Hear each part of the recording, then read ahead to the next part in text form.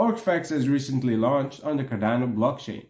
Orcfax is a decentralized oracle, much like Chainlink, provides similar services, and due to the recent launch that was a success, I think it's a good time to dive deeper into the project, to do an in-depth analysis and try to understand what is the potential in the long run for such a project.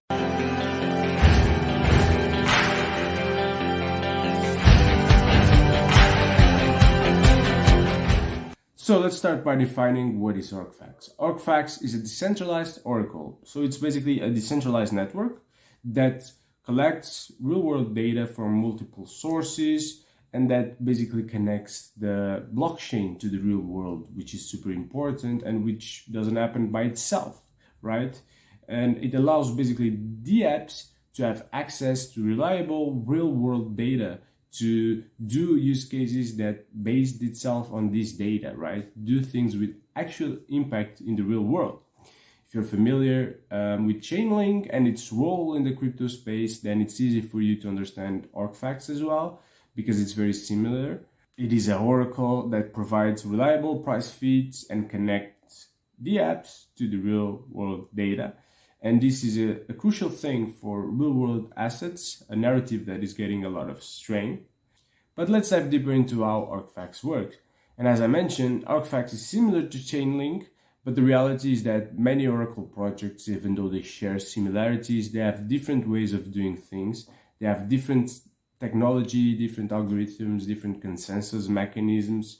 And Orcfax is, of course, one of these oracles that has gone the extra effort to make their own algorithm and have their own unique technology with their own competitive advantages when compared to some of the competitors. As you can see here, we have this awesome flow that explains visually how the Orcfax technology works. It collects data from multiple different sources for real-world events, for things that are happening in the real world.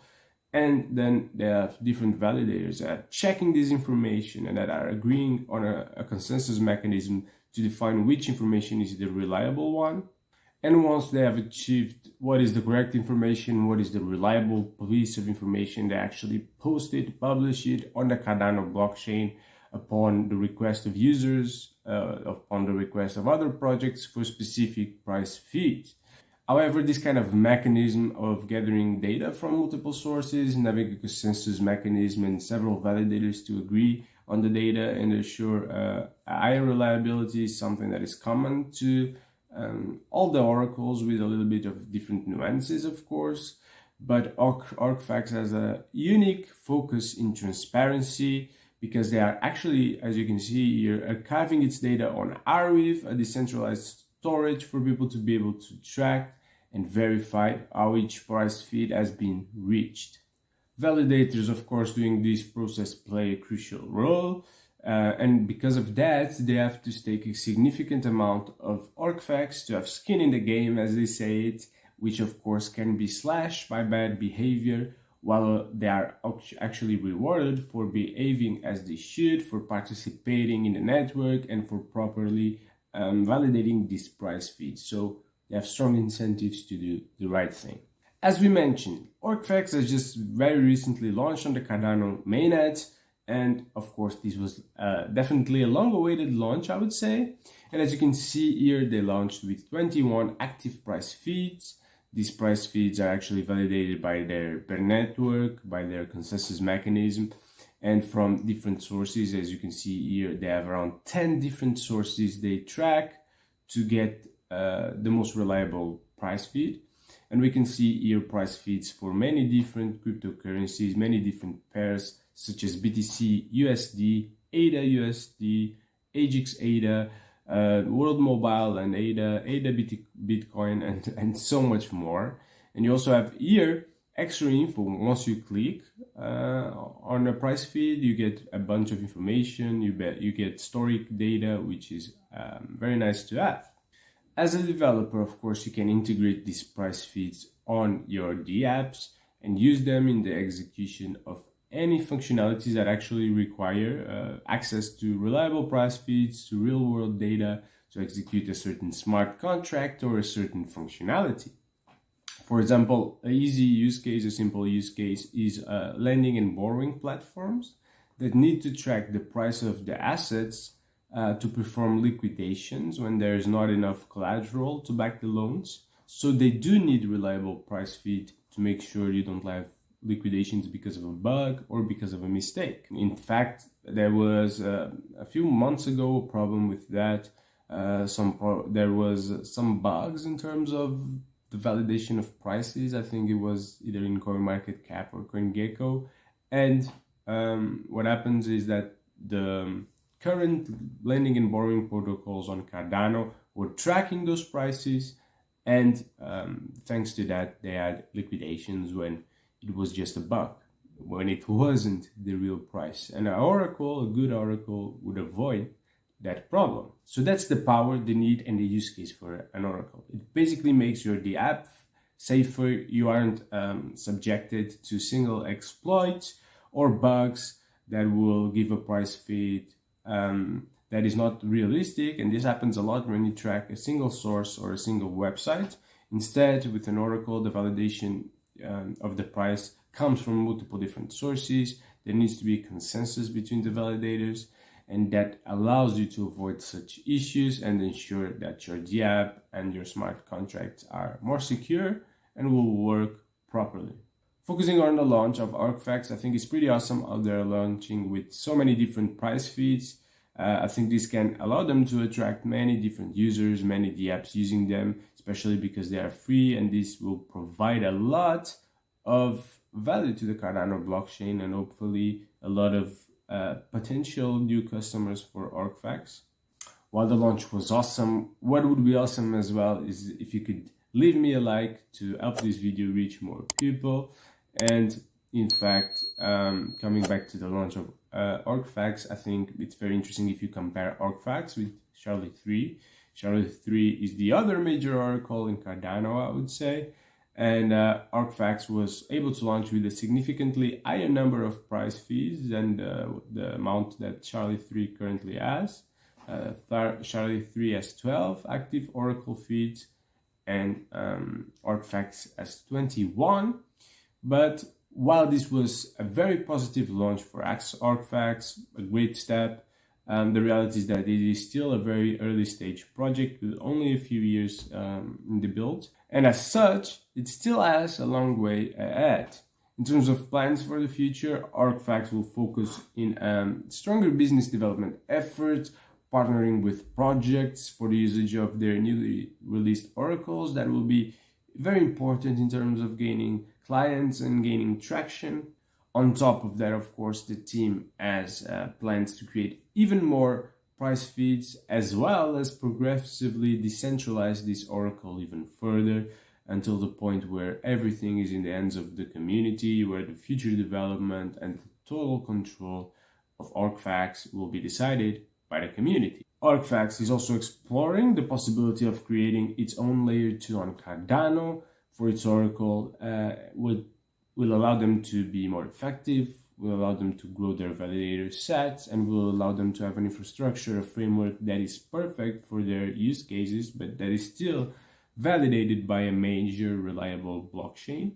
And still talking about plans for the future, on our side we intend to keep making videos on Cardano, on blockchain, on projects building on Cardano, and if that interests you, please subscribe and join us for this journey. Another thing that is crucial in early stage projects is naturally the team, and Orcfax unfortunately doesn't share that much information on the team. It only shares information about its founder, who is a developer, is a software archivist that is used to deal with online data, to store this data and manage it, of course, and is implementing his experience to improve the oracle process on Cardano and overall. And we also have, of course, other team members that we were able to find after a little bit of research, such as Christian Koch, that is a system analyst. We have Ross Spencer, a systems architect, Gabriel as a developer and designer for Orcfax, and those were basically the people we were able to find. And while it is good to see that there's a team behind this founder with different skill sets and that is working hard on this project, The entire team also seems to be involved in 3 companies, as you can see here. They are fulfilling similar roles in each of these companies, namely Orcfax, Landano, and Ionis Systems. The company seems to be kind of related, right? Because they have the same team.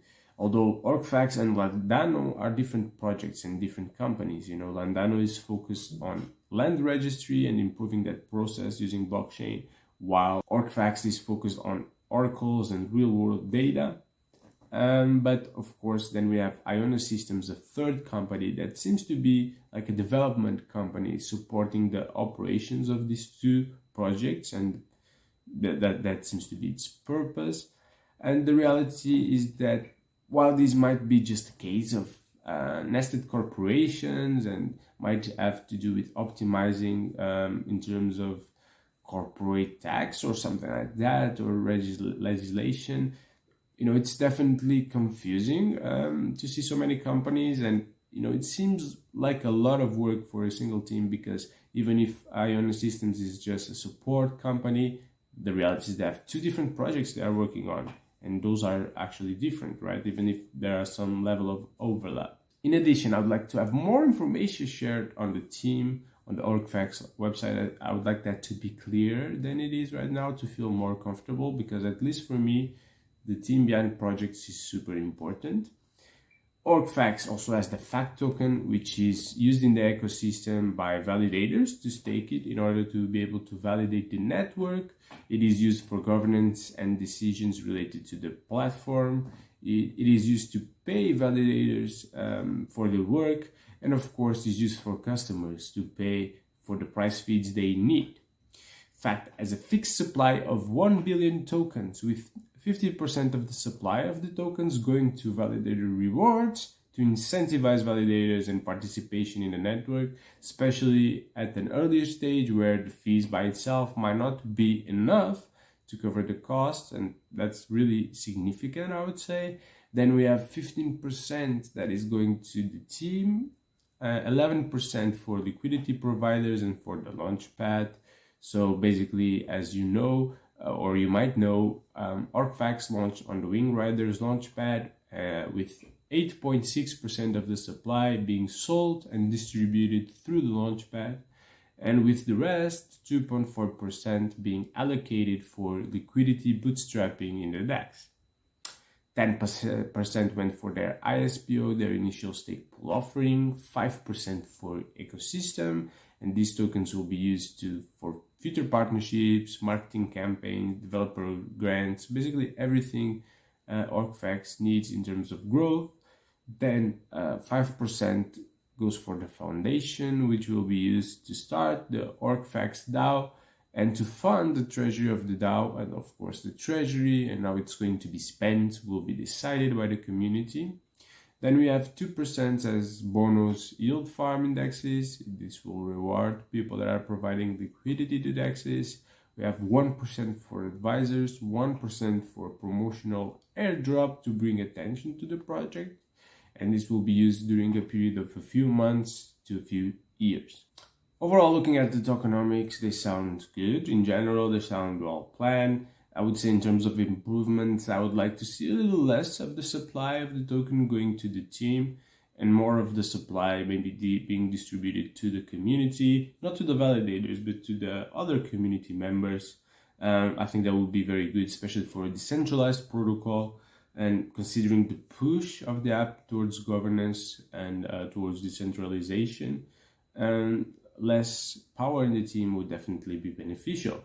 Looking at the FACT token currently, this is a very early token. It was launched recently, less than a year ago. And as you can see here, it has a very low market cap of only $2 million and a very small trading volume and liquidity, which explains the price action that, as you can see, is a bit erratic with a lot of spikes, very volatile price action, I would say. And this is, of course, because this is an earlier stage project and naturally is a reskill project, is a project with potential for big losses or potential for big gains. I think overall, Orcfax solves a big problem within blockchain, that is that necessary connection to the real world, to real world data, to accurate data, to execute these financial transactions through the smart contracts, of course. And I think as we see the narrative for real world assets growing, the market will need oracles. There is a big potential for oracles, and they are the infrastructure that is necessary for many of the real world contracts to execute properly. And as such, I think on that side, if Orcfax does things right, it has a lot of potential, especially when we consider that Orcfax has some unique advantages, right, in their network, such, as the renewed focus and the prioritization of decentralization, the focus on auditability, transparency, and allowing people to verify by themselves if the network is working well, to track every price feed generated, how it was reached, and how this decentralized oracle works, which is a level of transparency that other decentralized oracles don't really have. The only downside and concern I have with FACT is more on the team side, as I mentioned, how it seems to be involved in a lot of projects. And I would like to see, more team members being in the team page, taking the lead and being in events and taking care of other things, showing up, because, it would be good not to be just the CEO, because it's never great to have a single man company. It's too much depending on only on one person, even though of course the focus is to decentralize the network. However, even with those concerns, we cannot forget what the team has already achieved, which is a very positive indicator for the future. And let's hope they keep going on this track, on this successful track, with new launches, new price feeds, more partnerships, and more adoption of this oracle. That's what we want to see, of course. And nonetheless, don't forget, this is just educational content. I'm not providing you any financial advice. I'm just sharing you some of my research, some of my own opinions for your own research. That's what you should be doing. And we spoke a little bit about real-world assets, the importance they will have, how this narrative is getting stronger, and how oracles will really benefit from this narrative. But there are other projects that are actually making a lot of progress in terms of real-world assets in Cardano. One of those projects is Palmyra, and you can learn more about them in this video.